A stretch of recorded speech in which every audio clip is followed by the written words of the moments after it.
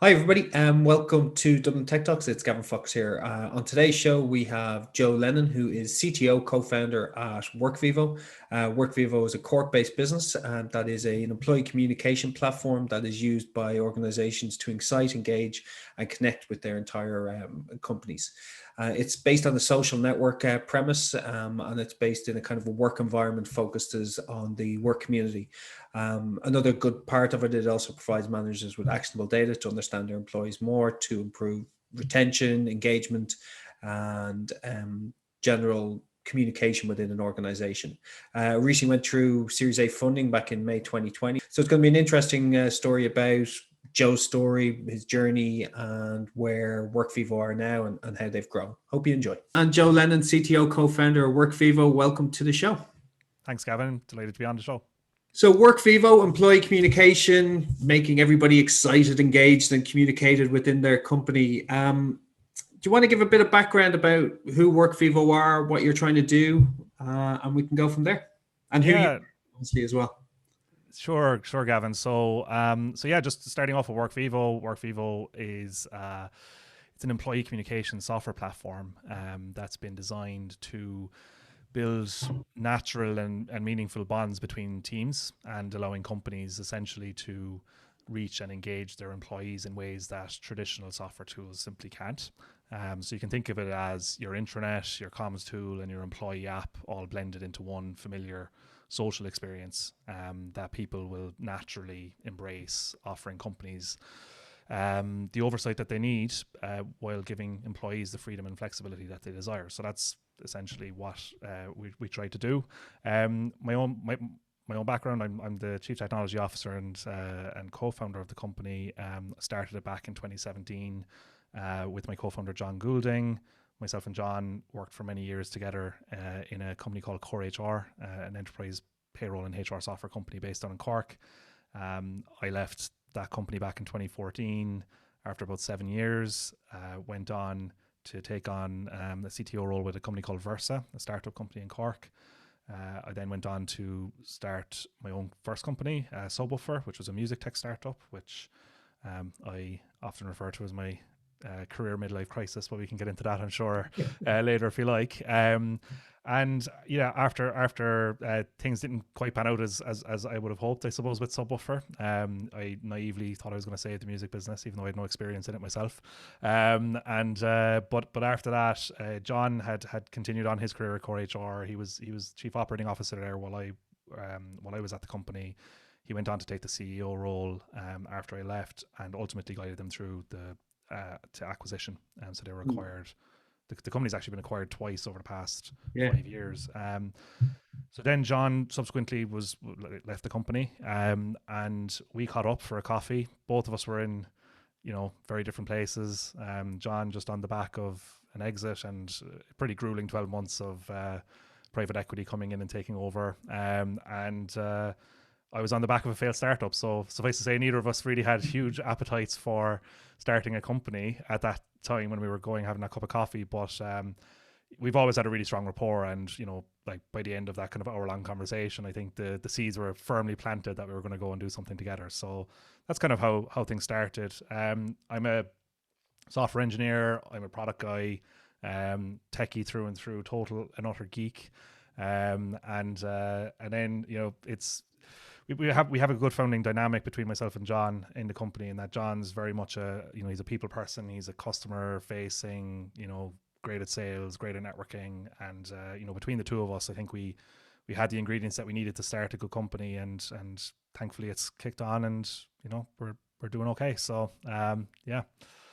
Yeah, no, it's a great story. The employee engagement world at the moment I've seen it over the last number of years about suddenly companies caring more about their employees, realizing the value of employees. Was that something you noticed? Obviously, Core HR is it's not the product, but it's it deals with HR issues on payroll and everything that goes with it. So was it something you had just kind of been thinking about, or was it just the conversation over the coffee? You went, oh, right, there's actually a business here, and let's go for it. Yeah, it's funny. So I suppose there's kind of two aspects to the story behind this was how we started with employee engagement and that particular challenge. I think like the first thing is that when we actually did decide to start a company, we didn't start with an idea. We just started with the premise of starting a company. And the only thing that we knew was that we felt that between the two of us, we could probably make a pretty good stab at a successful software company. But so when we went in, we didn't have a product or, a general idea of what we were going to build, but we did know like some things. Like we knew we wanted it to not be a music tech startup. Um, we also knew we didn't want it to be a payroll startup, because we lived and breathed that world for long enough. But no, there was other kind of basic things. Like we knew it would be a software company. We knew it would be in the general kind of HR or people space, so that we could leverage our background, our experience, our network, to help us get off the ground. And we knew it would be a SaaS company. There was all these kind of basic, core things that we knew we would follow in starting the company. So the idea then came later. Now, that being said, I think, we did explore a couple of different options and a couple of different product ideas and so on. We took a few to proof of concept. We even signed up customers for one of them, and then later went back and told that customer that, hey, we're not actually going to do that anymore. Sorry about that. Yeah, this other product instead. And funnily enough, they went on and did that, right? So it's the engagement piece though really did stem from our experience, building Core HR, and like really like what we witnessed during our time there, I guess, was like over the course of like between 2007 and 2015 in particular, there was kind of almost a number of different waves like in the HR space. You kind of had the like back in 07, it was all about performance management and like getting the most out of your high performers and your high potential stars and all of that kind of thing. And then it kind of moved on more to kind of like the era of talent management and a kind of a stronger emphasis on recruitment software and talent software in general. But I think as we like certainly after I left and as John was finishing up, there was definitely a sense that, the whole thing had kind of almost come full circle. And it was like, it wasn't really like about performance management of employees. It was more about like performance management of the employer. Like how are you as a company to work for, are people engaged? Do they connect with the company and the company's values and what the company's mission is? And, these were all things that we saw a huge opportunity in. There was no question, like even when we started the company, employee engagement was like it was a hot space. It was a space where people were really starting to focus a lot of energy on.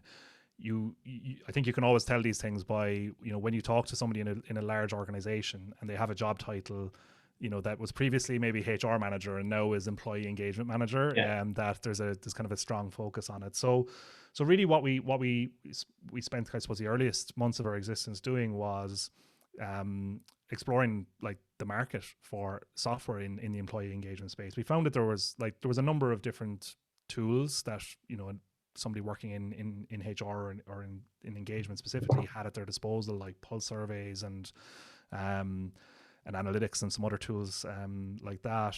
But there was really like nothing that felt it would actually help you move the needle in terms of creating a more engaging workplace in a digital world, right? So that's really where we focused our efforts early on. And I suppose one of the things that we found was really connecting with anyone that we talked to about what we were trying to achieve was focusing on organizational goals and values, and the connection between the people working in the company and those organizational goals and values, which often in many cases there's just a complete disconnect there, and often even a lack of awareness of what those might even be. Never mind how every 6 months they're sent out an email and said, do you not remember the 6 we agreed 2 years ago?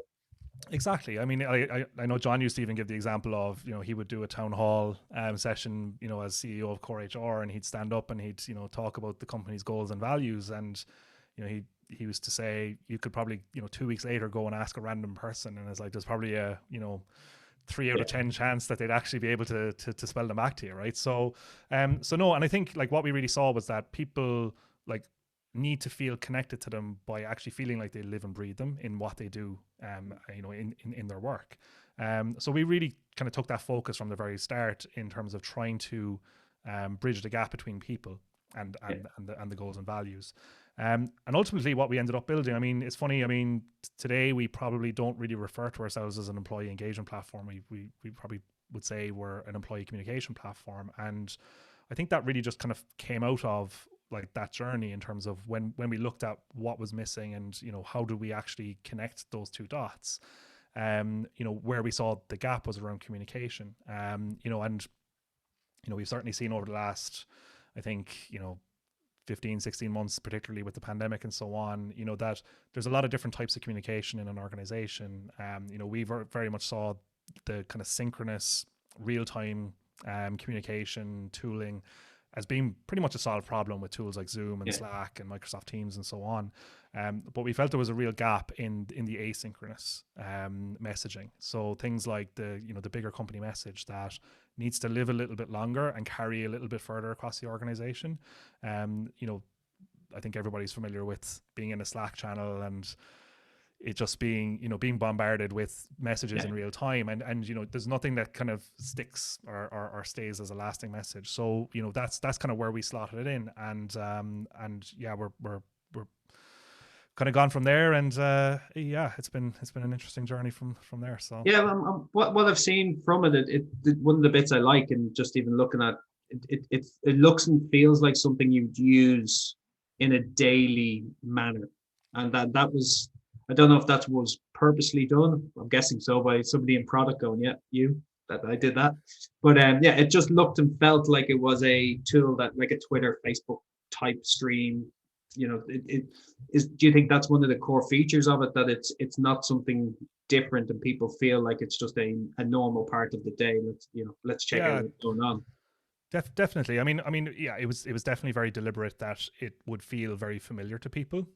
So, you know, I think, look, we'd seen from the payroll and HR world that, you know, the market is like littered with platforms that are very difficult and clunky to use and that require training and onboarding and all of this kind of thing. And, you know, we felt that, you know, if you're going to create a platform that's going to help with engagement, like, you know, you can't need a training manual, right? So if you need a training manual, you've lost, right? Yeah. And it's not going to work. So no, it was very deliberate to make sure that it felt like a familiar experience, and it's also very close to how people interact with the tools that they use outside of work. So you know, people are used to scrolling through a newsfeed. They're used to digesting content in kind of bite-sized chunks and going in at a time that suits them, rather than, you know, it always being like direct and in your face and sometimes on terms that maybe don't suit you. So it no, that was very deliberate. And I think like the other thing that has been like that I suppose the other reason that that's been really important is, I guess, the nature of the platform is that because it involves like employees, like and they're the core user of the platform, it is very different to, you know, another software platform that's delivered to a company, in that every employee in the organization is a user of the platform. So, you know, when we roll out to a company, it's like it's not rolling it out to a small team within the company, it's rolling it out to the entire business. And, you know, because of that, like, it's really important that everybody can use it, regardless of their background or their technical skill level or anything like that, and they can use it on any device that they might have. So, so no, that absolutely been very deliberate. I think actually the other thing I'd say on it was that, I guess, like, a lot of that came out of some of the earliest work we did with, like, you know, our pilot customers that we would have signed up before we even launched the business to the market officially. So, you know, I was actually looking at some screenshots recently from like prototypes that we would have built in late 2017 and that we would have presented to these pilot customers and actually got them hooked on. And it's amazing to see just how different the platform is today to that. But if you judge it compared to where we were kind of in early 2018, you can really see, you know, the correlation between, you know, following on from that pilot period where we worked really closely with those first pilot users to establish what will actually work, what will people want to use, and how will they want to engage with it, and that's had a massive impact in terms of the direction of the product from then on. It's interesting. I was listening to a couple of things. I read a bits on it around the ecosystem that you use to develop the product, and it's something that strikes you when you speak to a lot of businesses from Cork. It is that very much a an ecosystem within an ecosystem where everybody does help each other, and it's listening to the businesses, the 6 or 7 businesses that you engaged with. That must give like a lot of heart or a lot of solace for people who are trying to do something themselves within Cork to say, this is being done locally, and let's keep going. Is that something that's fueling Cork at the moment? Because it's thriving. If you look where businesses are growing, there's some really good startups coming from there, and businesses that are well established, and it's a really good hotbed for tech. Yeah, no, definitely. I think there's like as a Corkman, I of course love speaking about Cork, and only in a positive light, of course. But no, I do think there's probably a couple of things that really kind of jump out for me. I suppose firstly, like, even though Cork is the second largest city in the country, it's in the world, actually, no? well, it's the most important city in the world, Gavin. But no, it's still pretty small, like, and especially in terms of the city centre. And I think that, like, there's definitely that feeling that you know of or are aware of, like, pretty much everybody in the game, right? So Yeah. and everybody is genuinely in it to help each other and to rooting for each other as well. So one of our customers would be Zeit, or formerly known as Scraping Hub, a really great success story from Cork, that's built over the last 10 years or so. And Shane Evans and his team, they're phenomenal. And Shane is always on to us, providing like really invaluable feedback about how they're using the product, and not in a way where he's like trying to say, oh, I wish it did X, Y, or Z, which you'll often get from a customer saying that they want specific features or they want it to work a certain way. Shane is really looking at it from a lens of, how can I help the guys? Like, how can I give them some insight that might actually help them to do something, and it's really powerful for sure. But yeah, it's definitely a close community. I think the other thing is that, in spite of our size, I guess we do have like a very, very mature ecosystem of technology companies here, and I speak mainly about like multinationals and large corporations, right? So I mean, obviously we have the rich history with Apple down here, Dell EMC, but also kind of more recently, a huge influx of cybersecurity and infosec companies, which has definitely fueled like a growth of like in people moving to Cork and actually starting careers here and move or joining companies here, which has created like a pretty great talent pool actually for companies like us to then dip in and whisk away when they've tired out of working in a larger company, right? So you don't want to be on 6 p.m. calls anymore, 7 p.m. calls. Come work local. Yeah, no, it's I was in Cork first time for a while about 2 years ago, and just around the city, and the buzz, it was really good. It was something, because the last time I was there was about 5 years ago. One of my former businesses, had an office there beside in one of the business parks, and I hadn't really been around, and it was just felt a very young city. It felt a very vibrant city, and there's a lot of it just was reminded me, I'm not that old, reminded me of Dublin a few years ago, where just Grand Canal was starting to get a hub, and people started going into new areas. It was that type of things are gonna happen. On that, sorry, I lost my train of thought. No, but I just remembered I haven't been outside Dublin in so long. Yeah, so you mentioned the tooling and how it feels. Is the product build very focused on, it's obviously user focused and frictionless focused, and that, what way has that evolved, say, from your early prototypes into where you are now, and what the next evolution is that? Because it's a web app, mobile app, it looks nice, it feels nice, but you have to keep innovating, or somebody else will for you. No, absolutely. I think, like, for us, the our experience in working in business or B2B software and enterprise software over the years has always been that, like, business software and enterprise software follows the trends of consumer software, albeit a little bit later in the cycle. And I think what we're starting to see now is that gap between innovation on the consumer side and on the B2B side is definitely tightening and closing. So like you hear about startups like Clubhouse, for example, talking about the drop-in audio and things like that, and all of a sudden the number of startups popping up and the number of companies that you're talking to who are coming up with a strategy around drop-in audio. You see their valuation today? Yeah, I know.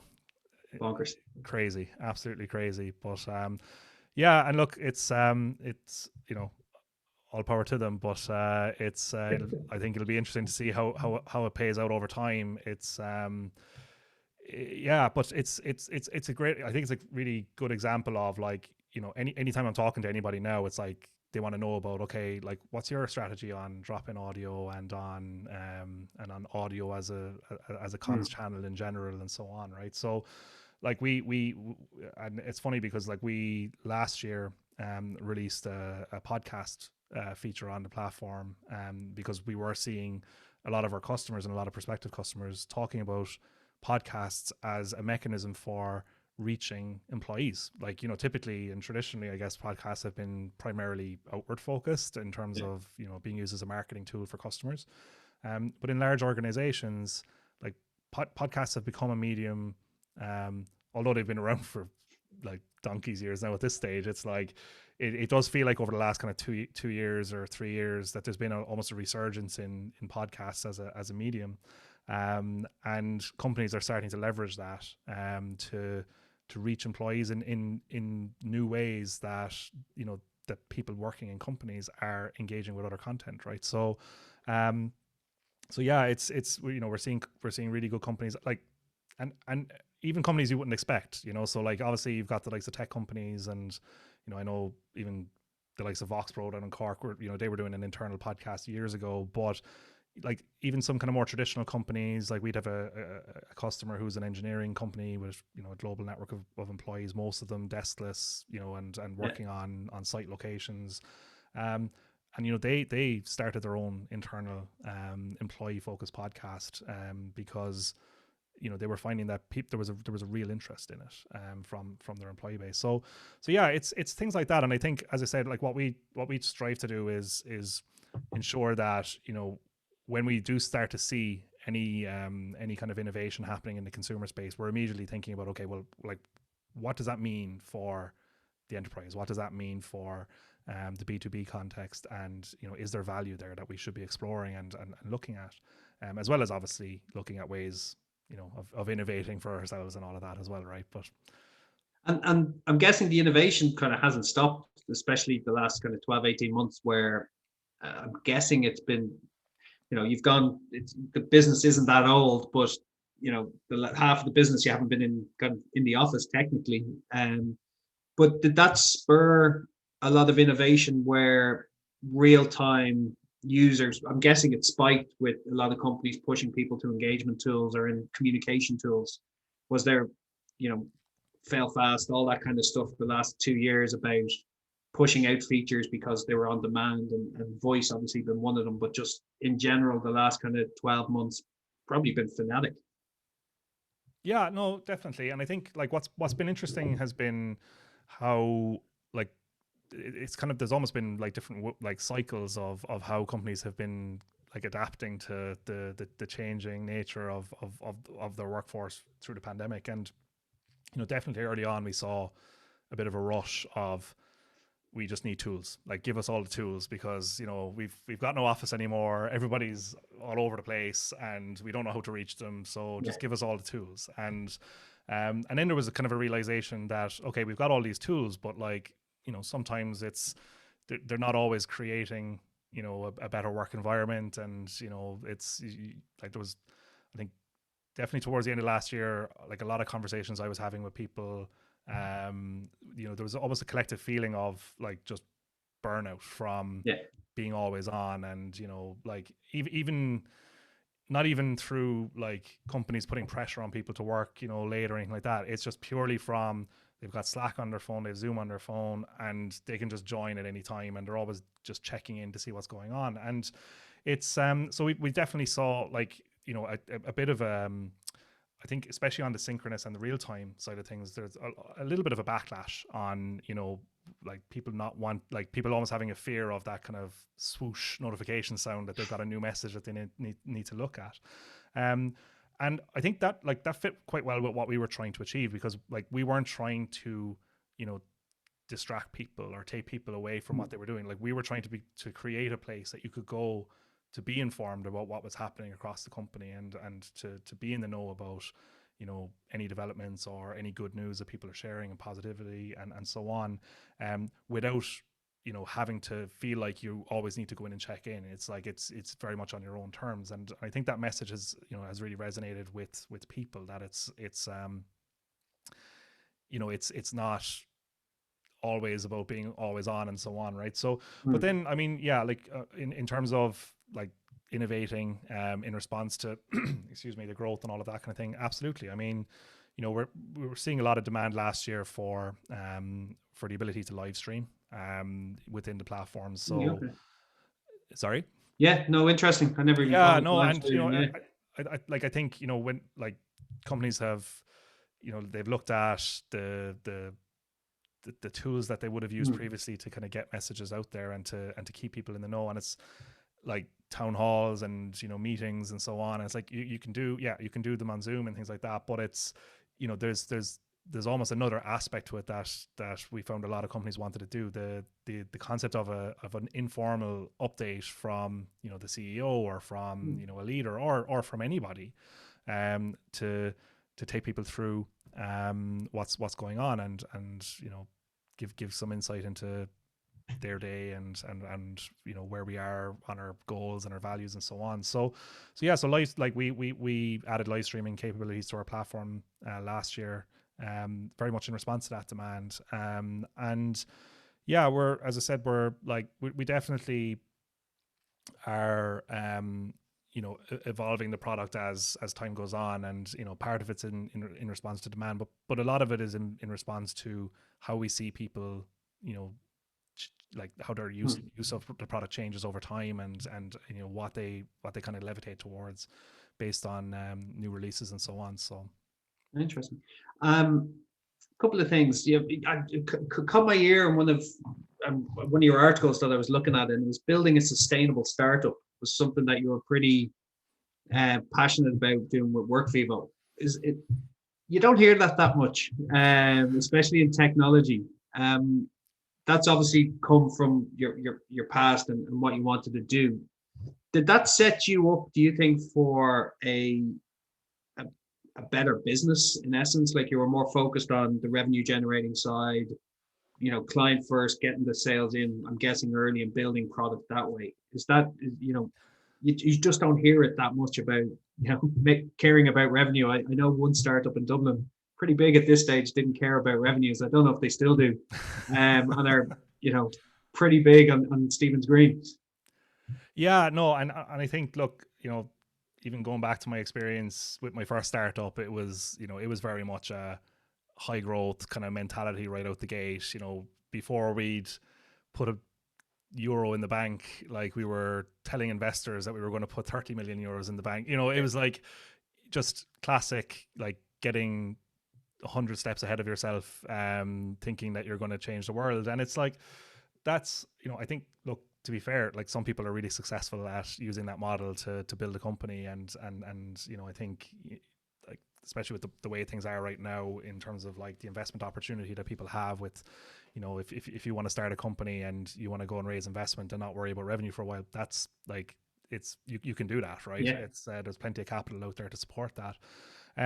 But I think it was probably a combination of like my experience with the subwoofer journey, where, like, I'll be honest, I mean, I kind of felt like I was selling to two different entities at all times. I was like, on one hand, I was selling like this like story of like what this company was going to become to investors, and then I was trying to sell this other story to like prospective customers of where we were today. And I always found that you were kind of like, it just felt jarring, and I didn't enjoy it.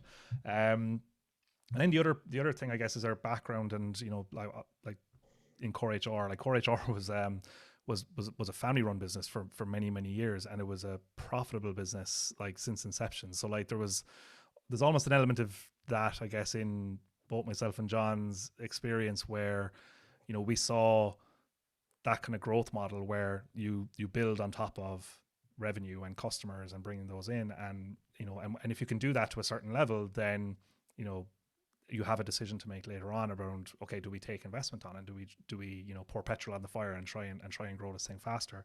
But yeah, both of us definitely went in wanting to, I suppose, feel that we were in control of the journey and the pace of the journey and all of that, and not getting ahead of ourselves, and actually proving that we had a valid market and so on before we went off and raised any external money. So and it's funny because even when we first did get investment, which was Zoom's founder Eric Wan was our first external investor. Like we were introduced to him through a mutual customer, and we kind of went into a conversation, just really excited to meet the founder of Zoom, and excited about, could we do an integration? Is there some kind of partnership or whatever? And that conversation basically led to him asking to invest in the company, and for us it was a total no-brainer. Like regardless of what path we went on, we were like, we wanted Eric to be part of our story and our journey, and to be a friend of the company. And so, but what it did, I guess, then as well, is it also kind of gave us sight of the fact that like we're doing well. Like we were essentially like just after breaking small profit at that point. We can continue down this path, and we can have a moderately successful business that is profitable, and myself and John will do well for ourselves, and we will keep it pretty small and lean.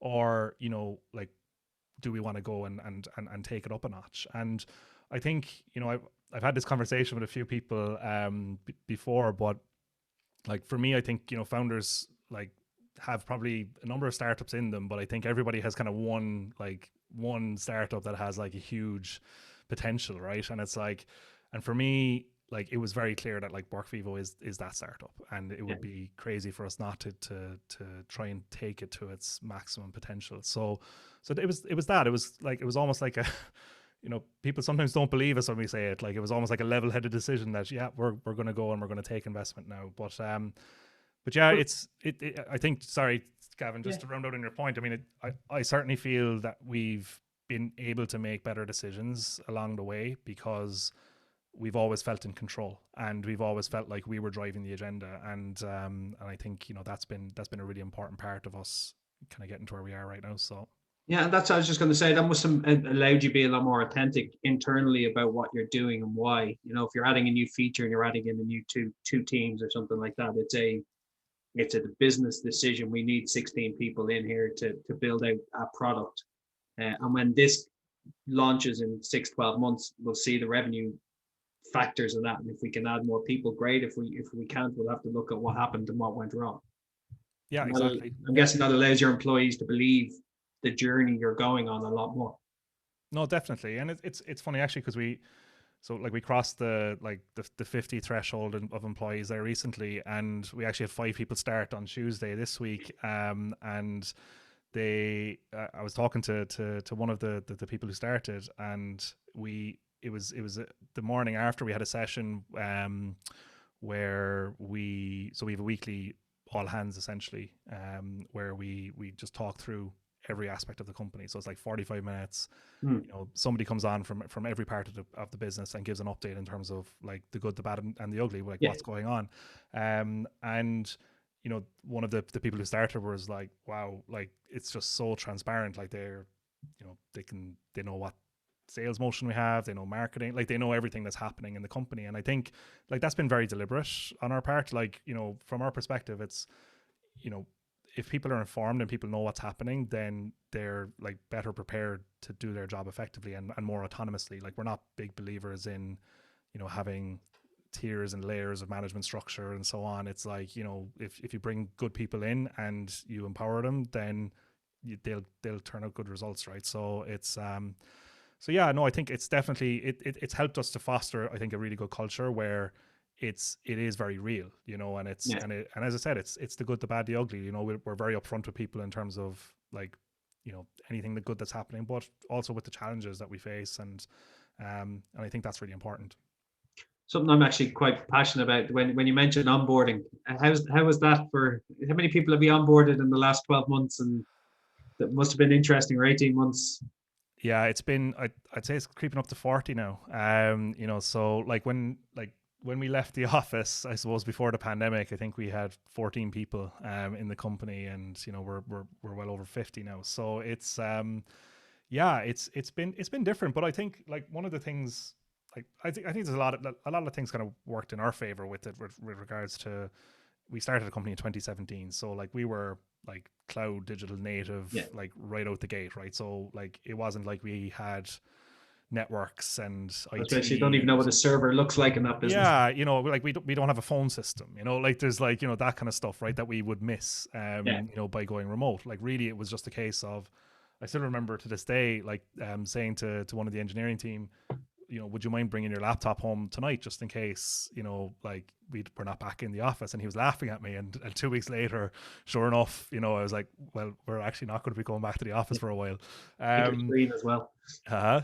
Take your screens as well. Come on. Yeah. Well, that all happened in drips and drabs. I remember coming in one day and actually seeing the office, and it was like it had been looted or something like that. It was like chairs were gone, desks were gone, screens were gone, everything was just like a total mess. But no, it's yeah, it's like, so we've I suppose we've been fortunate enough from that perspective, in that it was straightforward enough for us to kind of cut over to that type of atmosphere. But I think as well, like because of the nature of like what we do and the product that we build and the like the vision that we sell to our customers, like we have to live that ourselves. Yeah. So, you know, I think, you know, one of the things that we've obviously had a very strong focus on over the last, you know, 15 months has been, or 13 months, should I say, has been like the whole remote experience, and how our platform helps with that. So, so yeah, like we've been, you know, I heard somebody say a while back, I used to always use the phrase, you know, eating your own dog food. And they were like, no, you can't say that. It sounds too negative. You're supposed to say you're drinking your own champagne. So yeah, we basically drink our own champagne and use Workvivo to build Workvivo, essentially, right? So Yeah, proper user stories and proper feedback. It was some feedback you probably didn't want to hear. So speaking of the last 13, 14 months hiring people, you know, as you as a one thing that struck me, you mentioned you're still a very much a tech hands-on CTO.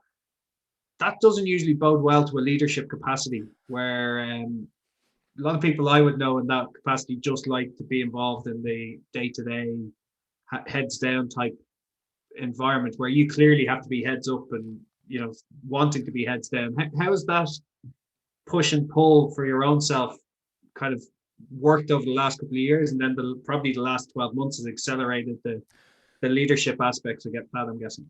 yeah, no, like definitely. I mean, even like within my own team, Gavin, like it's gone from, you know, 4 to 20 people over the past 12 months. And you know, when it's 4 people, like you don't have a choice. Like you have to get your hands dirty, and you know, you have to get in and stuck in and you know, do a bit of everything.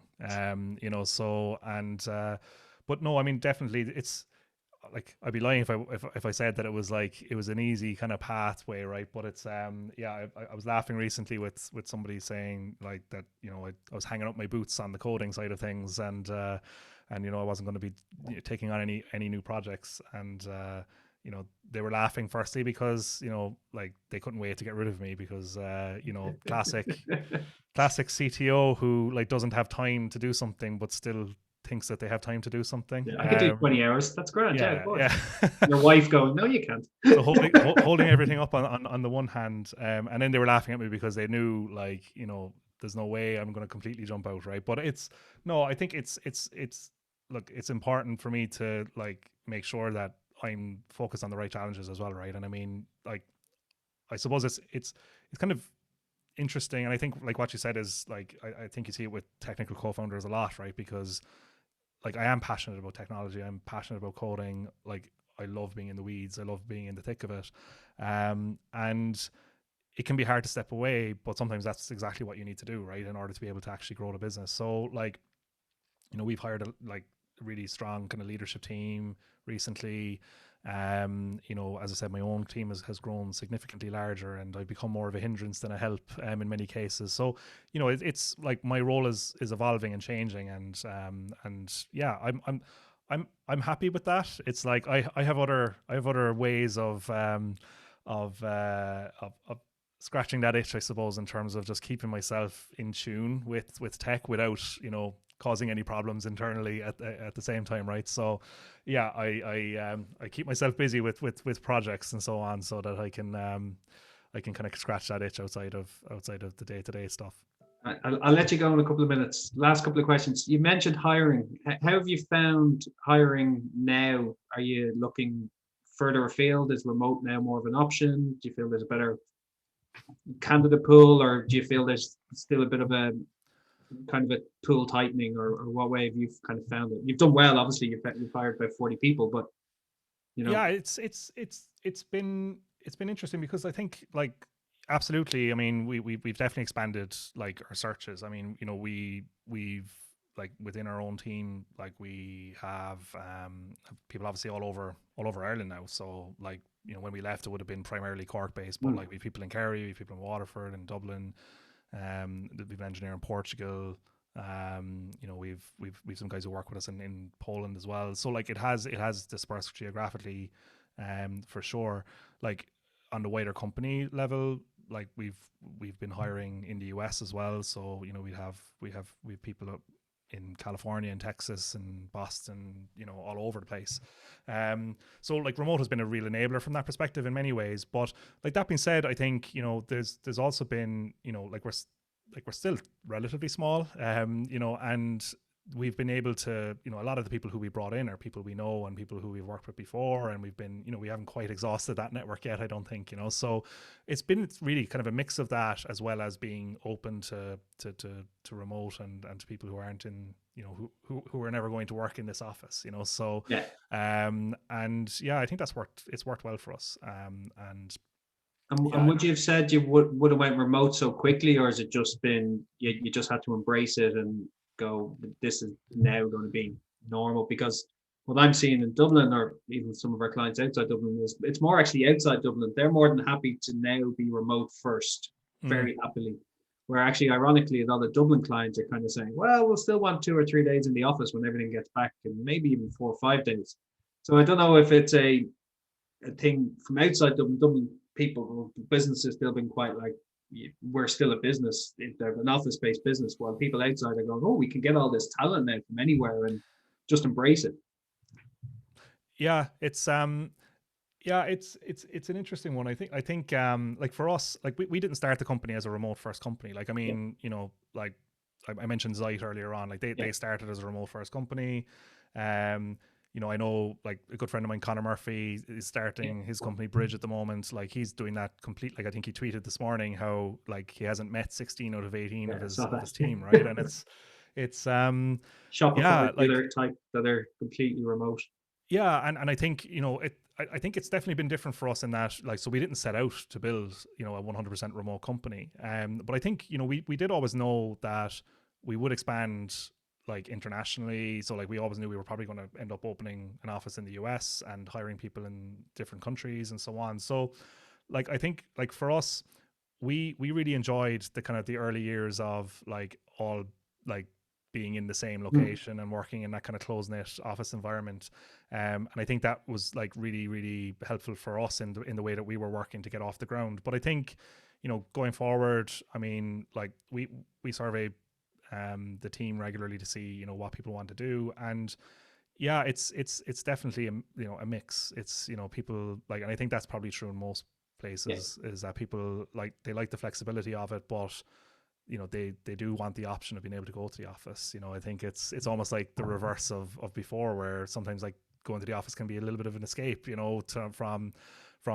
being like, I think as well though, I think what'll be really interesting when the world opens up again will be like a change in kind of attitude around like what we consider to be remote.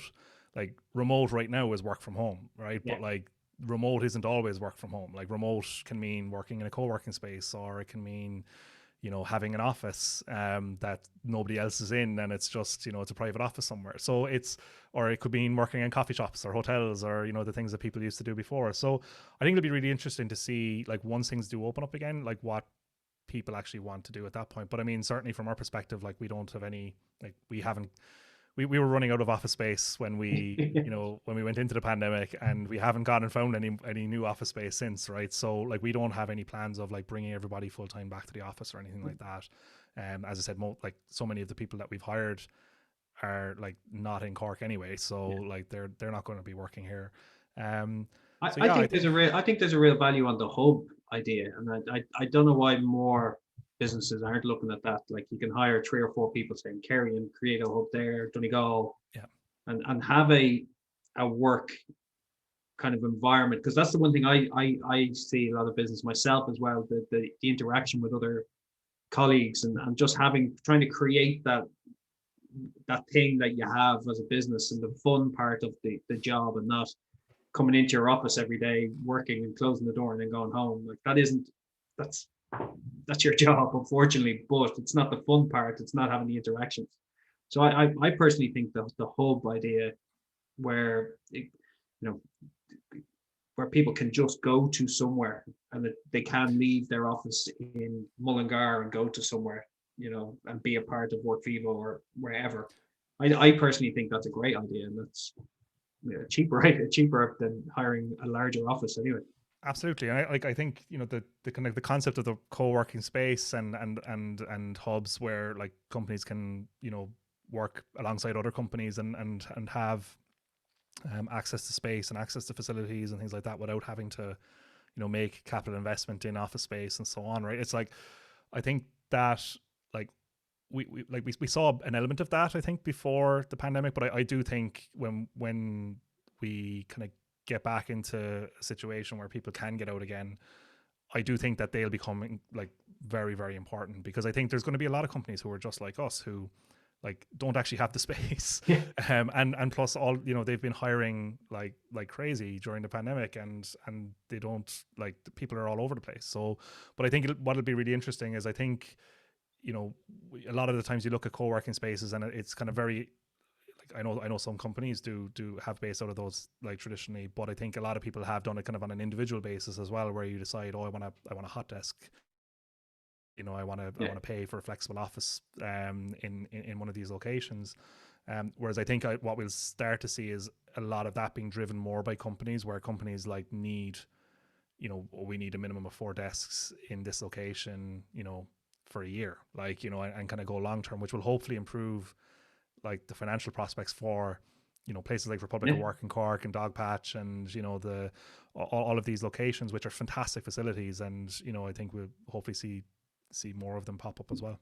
Well, I worked out there's 7,500 jobs announced in the last 12 months in Ireland. So, you know, there's going to have to be accommodations. If you want the best talent, there's going to have to be accommodations. That's just, Yeah. you know, if your best talent isn't in Dublin, or it's somewhere else, or it's not in Cork, or that would be. So last question before I let you go, your funding round, how was that going through? Because I know there's some interesting stories, but going through a pandemic and finding the right partners and different ways, how was that? Was that something that was an enjoyable experience, or was that something that actually, you know, was what expected? And yeah, so I think so. Yeah, like one of the things is, like, we announced our funding round in May of last year, but we actually had closed the round prior to the pandemic.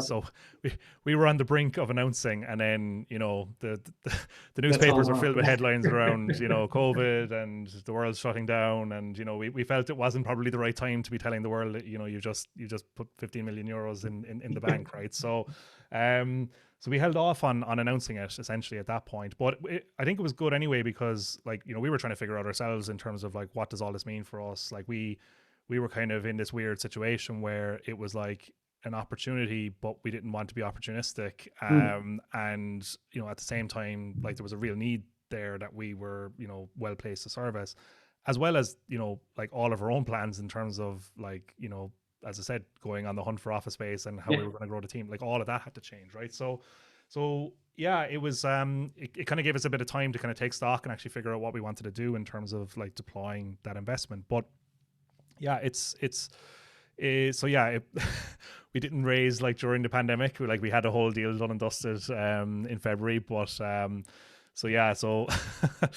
it's and was it something you had planned to do, or was somebody, because I mentioned obviously getting the first investment, was it a that we need to raise X to get to Y? Was that very much because you've been very much, being very conscious about how you were raising your money? Was it just, we need this investment to get up here, or we're just always going to be playing in here? Yeah, I think it comes back to that kind of fork in the road that I think we reached after we met Eric and Eric became an investor. Like when we reached that fork in the road, it was really a case of, do we go down and continue down the path of the sustainable, reliable, profitable company that isn't going to be making headlines every week, but is a successful company all the same?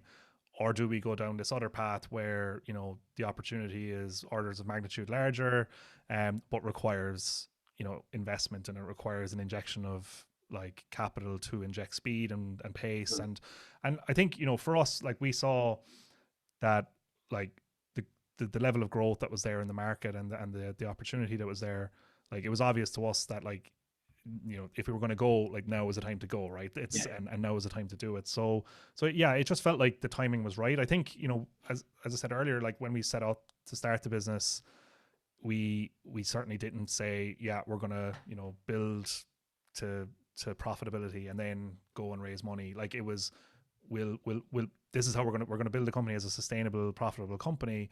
We know at some point down the road, if we achieve that, we'll have a decision to make around where we go. And yeah, and I think like, it's funny, like I often joke about I suppose dark enough memories of like chasing investors around around Europe, trying to get cups of coffee, to, just doing anything to try and get them to take my call, and and being on the back foot, and like, running out of cash quick and like really needing money, like, and it was funny, like, I guess in a way it was almost nice being on the other side of the fence, where like when we broke the news about like Eric becoming an investor, like there was this kind of swarm of interest from VCs, this side of the Atlantic and in the US. He knows what he's doing with his business. These guys must be good. It's like, I mentioned Connor. I remember Connor saying to me one time before, it's like, like every company like who wants to raise money like needs a good signal to send to the market. And like, yeah, I think, look, the founder of Zoom, like investing in you is a pretty strong signal to send, and that was even before the pandemic, right? So but no, so like that was definitely like, we like definitely have, I have a background where that part of it felt like a big enormous challenge that you needed to take on, and you almost needed to gear yourself up for, and you needed to think about things a different way and so on. Whereas in this case, it was like, it was an opportunity that was in front of us that we could choose to take or not take, and that made it a lot easier, I suppose, to take that leap in terms of going from, the sustainable, profitable, but moderate success path to, huge opportunity on the horizon. Let's get some petrol and see what happens. Yeah. No, it's been really nice speaking with you, Joe. Thanks a mil for your time. I know you're a busy man, so I really appreciate the time, and I hope to speak to you again, and it's been a real pleasure. Thanks, Gavin. Talk to you soon. And that was Joe Lennon, and CTO, co-founder of Workvivo. Such an interesting story, doing phenomenal work, really quick pace. It's only 2.5 years old, 3 years old. It's phenomenal, the amount of work they've done. If you've enjoyed that and you want to hear more, please subscribe to our YouTube channel, or Spotify, or Apple Podcast, and we'll talk to you soon. Thank you.